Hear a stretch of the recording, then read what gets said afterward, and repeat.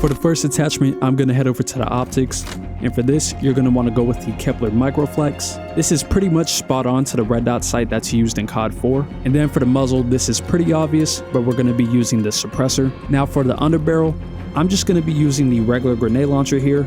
If you want to use these other three, you can. They look the exact same, but they're not really that good, so I don't know why you would. Now for the stock, this is pretty much a no-brainer. We're going to go with the balanced, but if you want to switch it up a little bit, maybe some more aim walking speed, you could also use the infiltrator. Now for the final attachment, you actually have a couple of different options here. The first option, and the one that I think that most people are going to go with, is switching the barrel over to the CHF. Now the handguard is a little bit long for my liking. If it was a little bit shorter, I think it would look pretty much spot on, but it is pretty similar overall. You could also use a mag attachment, and the one that I really like running is Fast Mags 1. This gives it just some tape and like a little hook pull right here, and I think it looks actually pretty clean once you actually have the complete build. And then for a third option, you could instead run the target laser. It's going to be a green laser, not red like it is in COD 4, and it is also going to be on top if you're using the regular barrel, but it does give you some pretty big benefits. So it's entirely up to you. You could build it also like this with the CHF barrel, the laser, and taking off the stock. It is going to have the laser on the wrong side of the weapon, but I also feel like this might be the closest way to make the SOPMOD. So it all comes down to personal preference. Leave a comment down below on what you went with. Hey homies, I was a dumbass and completely forgot that there's a wildcard in the game that allows you to have 8 attachments on your gun. So you don't even have to limit yourself to 5. You could just run a wildcard and even build the gun like this, and it's going to perform pretty good, and it looks pretty good too. So I don't know how I forgot. I forgot for the rest of the video. I won't forget in part 2. I'm sorry. But the XM4 is one of the best guns in the game right now. So really, no matter how you build it, it is going to feel pretty good. But who knows, maybe with this build, it might feel a little bit better.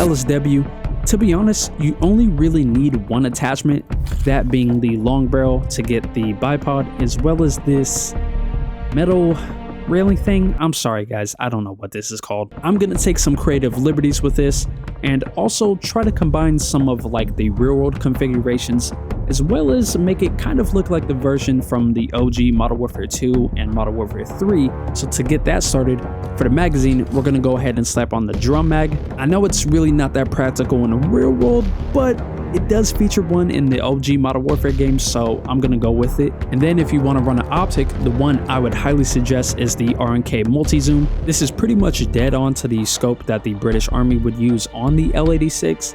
And I actually quite like using it in multiplayer. Now, sadly, in Black Ops 6, we don't have a stock or underbarrel attachment to give the L86 its rear vertical grip, but I guess you could use one at the front by using something like the vertical foregrip. I really don't like it, but it will make the gun perform a little bit better, so it's entirely up to you. Now, the GPR really isn't the best in Black Ops 6, but for Warzone, this gun is actually a beast, and with this build, it might even be viable, so who knows, maybe I'll give it a try over there. But besides us missing the rear vertical grip and the reticle being a little bit off, I think this gun looks pretty good.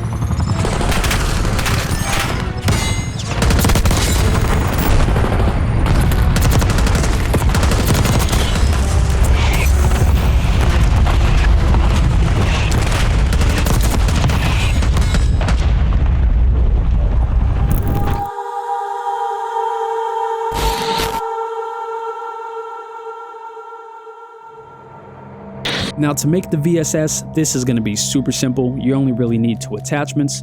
Starting off with the stock, we're going to go ahead and slap on this full wood stock, which also happens to be a really good attachment, helping out your flinch resistance as well as your aim down sight speed. And then for the scope, honestly, I just go with the SVD scope on this. I saw some people using the Blandwell, but I don't know, it just looks a little bit funky to me. Plus anyways, Russian scope on a Russian gun, it just makes sense. And then to go with the VSS, I also have the Makarov PB, which you do need the CHF barrel as well as the suppressor to give it its integrated suppressor look. And then to make the ammo capacity accurate to 8 rounds, I'm using Fastmax 1, and then since you don't see it, overpressured rounds just to give us a nice little bullet velocity boost. Now, the good thing about the very silent sniper is that we can turn this to semi-auto, but in core, just with how low the damage is on this gun, it's probably not going to be the best, so you're probably going to want to head over to hardcore if you plan on using this. How are my bullets not registering right there? But regardless, I think the gun looks super clean. Let's go give it a try.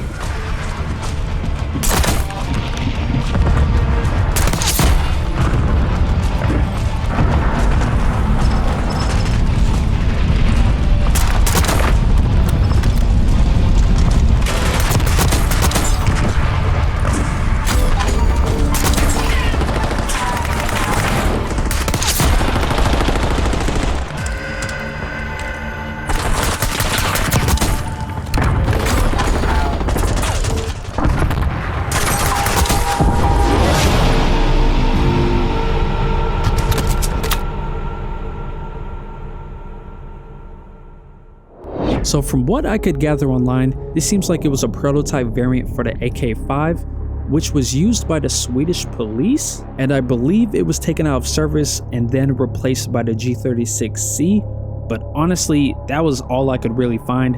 This thing is truly a hidden weapon. I couldn't find nothing about this. So if anyone knows anything else about this gun, please leave a comment. I would love to know more about it. But to get it started for the first attachment, we're gonna head over to the barrels, and for this, I went with the short barrel. I feel like this is the closest one overall, at least in terms of the handguard.